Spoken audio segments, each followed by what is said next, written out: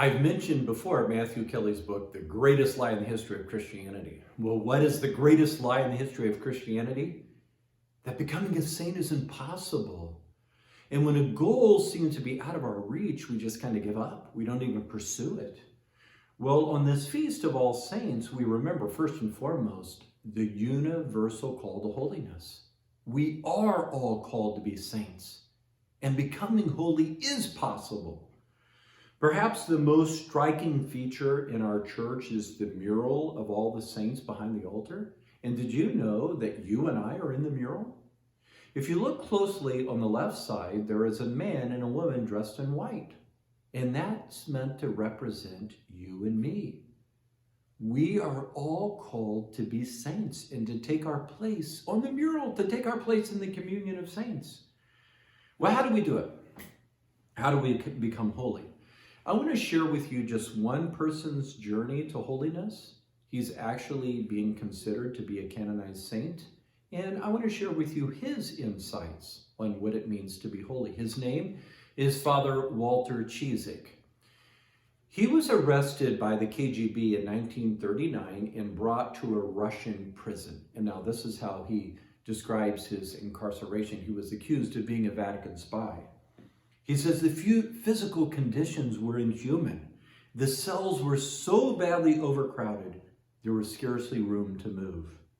There was no running water, and slop buckets served as toilets.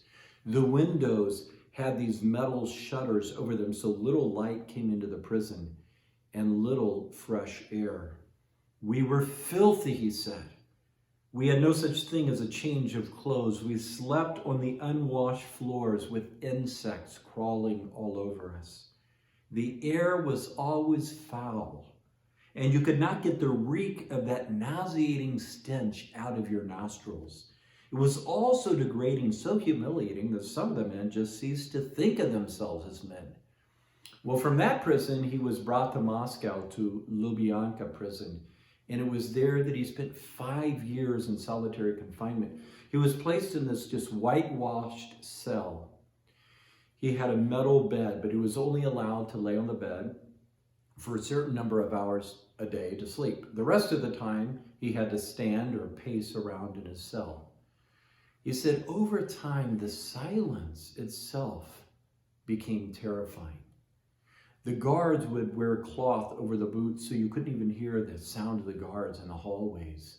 He said the slightest sound would cause panic or anxiety. Over time, he said he actually pined to be back in that filthy, crowded cell just to interact with other human beings. Well, from there, he was sentenced to the gulags. He spent then 15 years in this work camp in Siberia.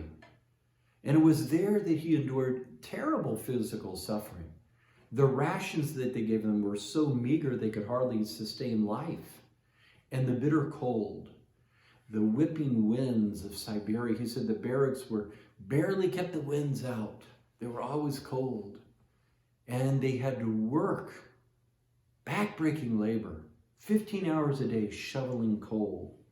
Well, finally, Ciszek was released in 1963 and was able to return to the United States. He was actually exchanged for a Soviet spy. Well, what do we learn about holiness from Father Ciszek? Number one, Father Ciszek said in being stripped of all physical and even spiritual consolations, he had to put his trust in God alone. We cannot control what happens to us, but we can control our response. And in the face of the cross, Father Ciszek responded with faith. One of the reasons Father Ciszek wrote his story in the book, He Leadeth Me, was to really kind of address the problem of evil. Why does God allow suffering in our lives? And this was his conclusion, that throughout salvation history, God allows trials to teach his people again and again that our faith must be in God alone. This is the path to holiness. On this Feast of All Saints, isn't this what Jesus is trying to teach us in the Beatitudes? You know, we hear the Beatitudes so frequently, we kind of lose sight of how strange they really are. Jesus is saying, blessed are the poor in spirit, blessed are those who mourn, blessed are the persecuted. Now stop and think about that. How many of us would honestly say, yeah, I feel blessed when I'm poor and mourning and persecuted? What is Jesus trying to show us? The way to happiness, the way to blessedness is found in God alone. So blessed are you who are poor. Blessed are you who aren't seeking gratification in the material things of the world. Blessed are you who mourn. Blessed are you if you're not constantly chasing after the latest feel-good, the latest party, living for alcohol on the weekends or drugs or the latest pleasure. Blessed are you if you're not caught up in all that. Blessed are you who are persecuted. Blessed are you if you're not addicted to the esteem of other people. If you're not enslaved to social media and comparing yourself and the likes that you might get. Blessed are you if you're not just constantly living your mind in other people and what they're thinking about you. Blessed are you if you know that your happiness is in God alone. You see, Father Cizik found this strange way to holiness in the cross. It was precisely in being stripped of everything that he found God. Now, listen carefully to the words of Father Cizik. How easy it is, he says, in times of ease for us to become dependent on our routines, on the established order of our day-to-day existence to carry us along. We begin to take things for granted, to rely on ourselves and on our own resources, and to settle in this world and look to it for support. We all too easily come to equate being comfortable with a sense of well-being, to seek our comfort solely in the sense of being comfortable. Friends and possessions surround us. One day is followed by the next. Good health and happiness for the most part are ours. And we begin to trust in them for our support and to take God for granted. We begin to lose sight of the fact that under all the things of our lives and behind all of them, it is God who supports us and sustains us. We go along taking for granted that tomorrow will be very much like today, comfortable in the world we have created for ourselves, and we give little thought to God. Somehow then, God must contrive to break through these routines of ours and to remind us once again that we are ultimately dependent only upon Him. What is the path of holiness? It's poverty of spirit. That's when we realize our own poverty, our own nothingness, that our lives are in God's hands.